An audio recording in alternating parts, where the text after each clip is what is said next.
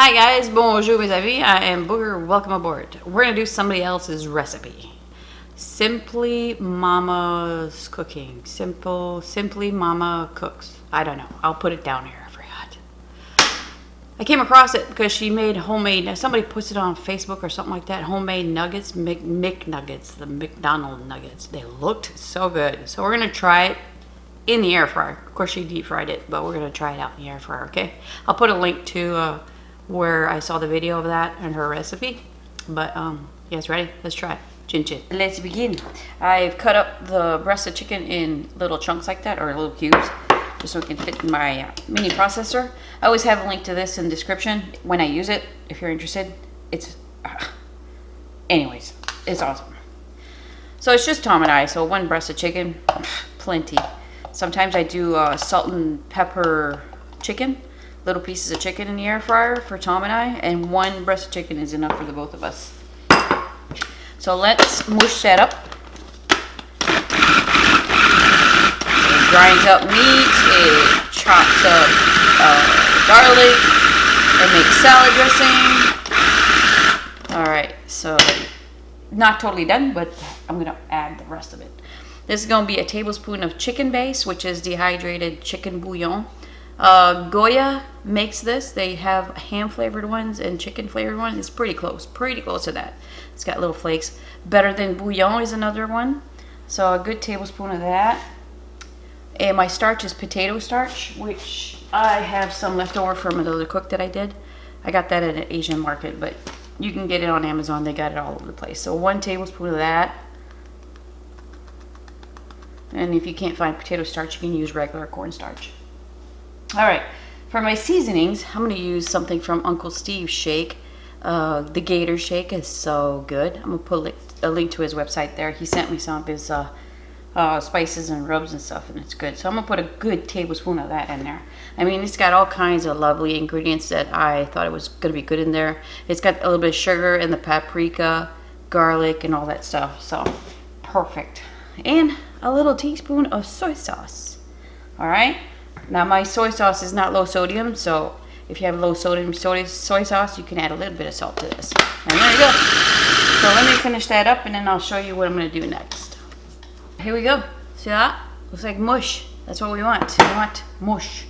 I'm going to use an ice cream scoop just to make sure I have the same size of nuggets.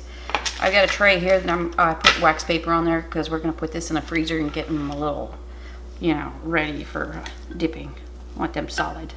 So take a scoop and just shape it like a nugget in your hands. Like, you know, I don't know. I haven't had a nugget in so long. Huh? Like that? Alright. So, look at that. That's going to make, I'd say, about 10 or so. So let me finish that and then I'm going to put them in the freezer for about 20 minutes or so. Maybe half an hour. You don't want them solid, but pretty close. Okay? So I'll be back. While that's in the freezer, I'm going to mix this up. Well, it's been in the freezer for about 15 minutes, so I'm going to finish this up. I've got about a cup of flour here, sifted flour. Now I'm cutting this in half. She did for 2 chicken breasts, more than what I have.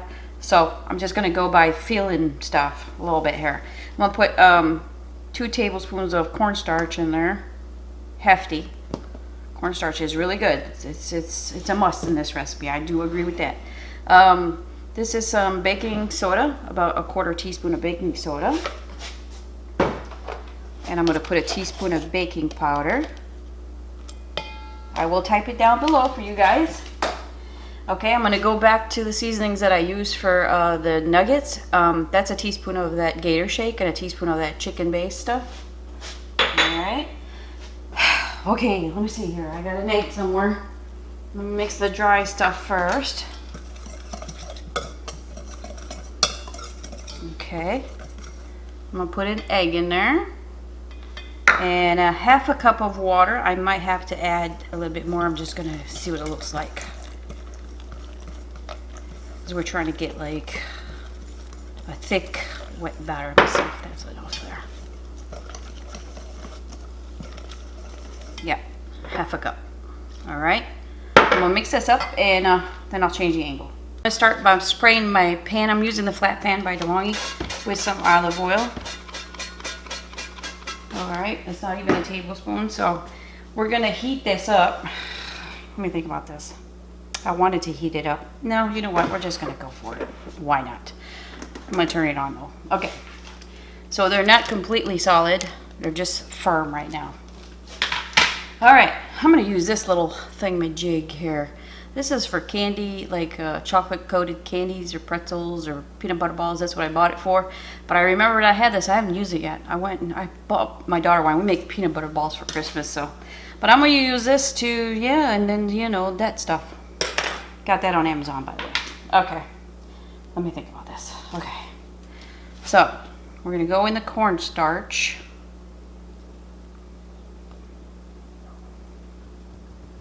All right. Then we're going to go in there. Oh my goodness.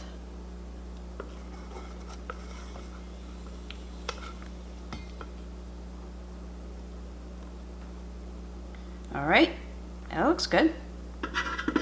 And I'm going to do the rest of this, and I will change the angle to the air fryer. Cooking instructions will be back. I didn't drain that one enough, but the rest of them look good. That little tool spoon thingy is perfect.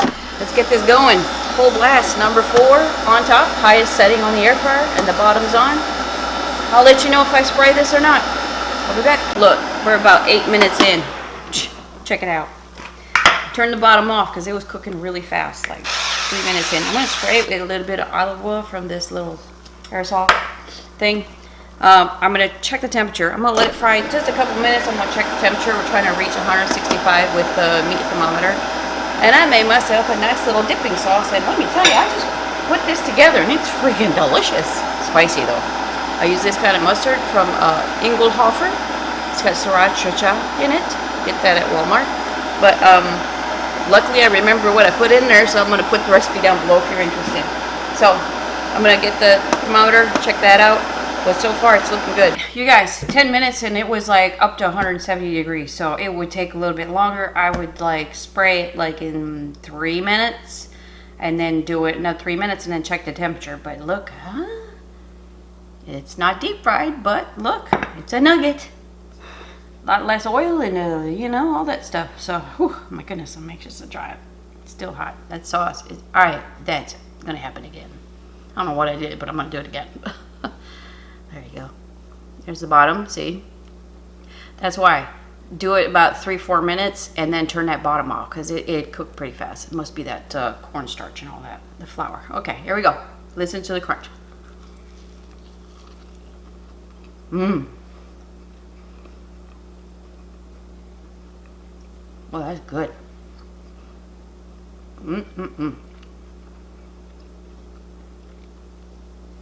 I'm going for another bite.